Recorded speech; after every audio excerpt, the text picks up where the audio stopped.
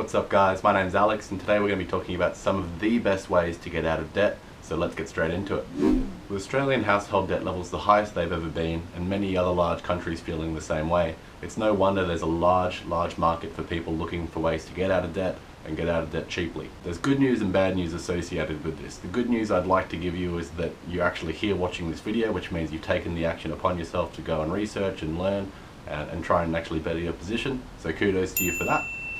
But there is some bad news, and the bad news is it's going to take some discipline and it's going to take some time, and of course it's going to take some of your money to actually pay off those debts. But on the bright side, since you're here and you're learning, I hope that the information I'm going to share with you today is going to actually help you and propel you into the future and let you pay off those debts much sooner than you would otherwise have been. So let's get straight into it. So there's two very popular methods for paying off debt, and these are called the Debt Avalanche method and the Debt Snowball method. The names might sound a little bit comical, but you'll see what they mean in a few seconds and it's going to be very, very clear for you. They're not very complicated, it's just a really nice thing that people like to follow, and I'll get into the ins and outs of why one might suit you better than the other and so on. So where should you start? The first thing you want to do, and this is regardless of which of the two sort of steps you'd be looking into, is first list out all your different debts. So credit card 1, credit card 2, student loan this, student loan that. List them all out along with their respective interest rates and then their respective outstanding balances, just so that you have a very clear picture of what you're dealing with, what your debt landscape looks like, and that'll actually help you in deciding which of the two methods are better for you and then learning which one of your debts you need to start focusing on. So do this, that's going to be the same for anything regardless, and then we'll jump into the next bit. So how does the debt avalanche technique work? The debt avalanche technique essentially is where you go through and you make just the minimum monthly repayments for all your debts. That's going to be the same for each of these methods. You don't want to be defaulting on anything, you don't want to be accruing any kind of extra penalties or anything like that, so you want to make sure that you cover your minimum repayments everywhere. But the part that's unique to the debt avalanche is that you're basically going to work out which of your debts has the highest interest rate, and that will come from that pre-step we just did, and you've been all your free money, you're going to focus on paying down that debt first. It doesn't matter what the balance owing of it is, if it's the highest or the lowest or somewhere in the middle, just because it's got the highest interest rate, that's the one you want to focus on, because this technique is actually very focused on minimizing the interest you'll pay while paying off all your debts. So it might seem a little bit counterintuitive to some people. You might think I want to pay off the smallest one first, but this method is going to be for the people that are very practical, very logical in their thinking. They can think for the long term and they value the mathematical aspect of it, of actually saving a little bit of money in the long term just to get that one started and paid off first. So this one might be a bit harder for some people to stay motivated, but if you are that kind of person that can see the long-term vision and wants to save that little bit of extra money, this would be the method for you.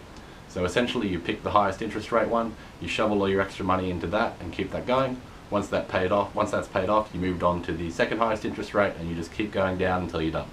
That's all it is. It's very simple. So another thing to consider in finance is that humans are emotional creatures. If we were super logical all the time, we would just be computers. So when you're looking at financial strategies and things that you want to try and implement in your life, it's important to consider who you are as a person, what your behaviors are like, and what's actually going to work for you long term. Because the most efficient solution might not work the best for you if you can't stick to it, if that makes sense.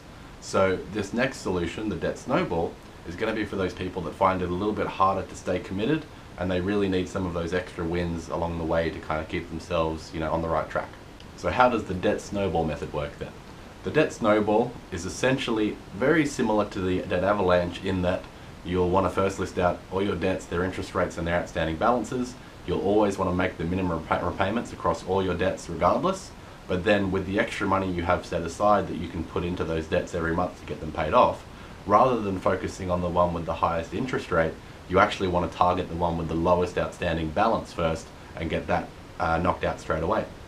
This method has actually been very popularized, and Dave Ramsey is a great advocate of this, in which he's stated, I think before, that in his time in personal finance he's noted that it's actually like a 20% what you know game and an 80% behavioral game, or something along those lines. I can't remember the exact quote, but essentially what he's saying is, yeah, the facts are important and your knowledge is very important, but the biggest hurdle and the biggest impact on your financial future is actually your mentality, your behavior, what you do for the long term. So it's important, like I said, to keep that in mind when you're building and planning these strategies for yourself so that you can actually stay on track. So now, even though you'll be paying slightly more in interest potentially using this method, the benefit of it is that it'll give you some quick wins along the way. So hopefully by having the lowest outstanding balance paid off first, you'll sort of, get one of those accounts closed and finished up a little bit sooner. That'll give you one less statement in your mail, and it'll just give you a bit of that mental win to keep the momentum going, keep you excited, keep you pushing for the next thing. So really it's just a mentality thing. So which method should you choose? As I mentioned, the Debt Avalanche method is great for people who are logical, practical, and are really going to want to minimize the interest repayments they make along their debt repayment journey. The Debt Snowball, however, is great for those people that are a little bit more emotional with their decisions, might find it hard to stick to these sorts of things long term, and need some closer wins at the start of their journey to sort of get them motivated and keep them ramped up. Either method is great, and the fact that you're here learning about them I think shows a lot of maturity on your part, and you should be congratulated for that. I think a lot of people don't get so far as even actively looking at information to try and help themselves get out of debt quickly or sooner than they otherwise would.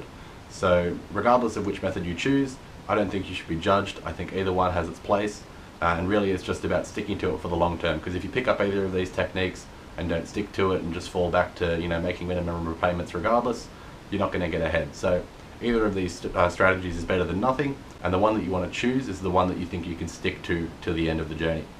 So that's all for today's video, guys. It's pretty simple. Let me know down in the comments if these methods have helped you or if you've tried them before, and stay tuned for more videos on finance, investing, money and entrepreneurship. Once again, my name's Alex. I'll have a blog post related to this down in the description. See you next time for more videos. Bye guys.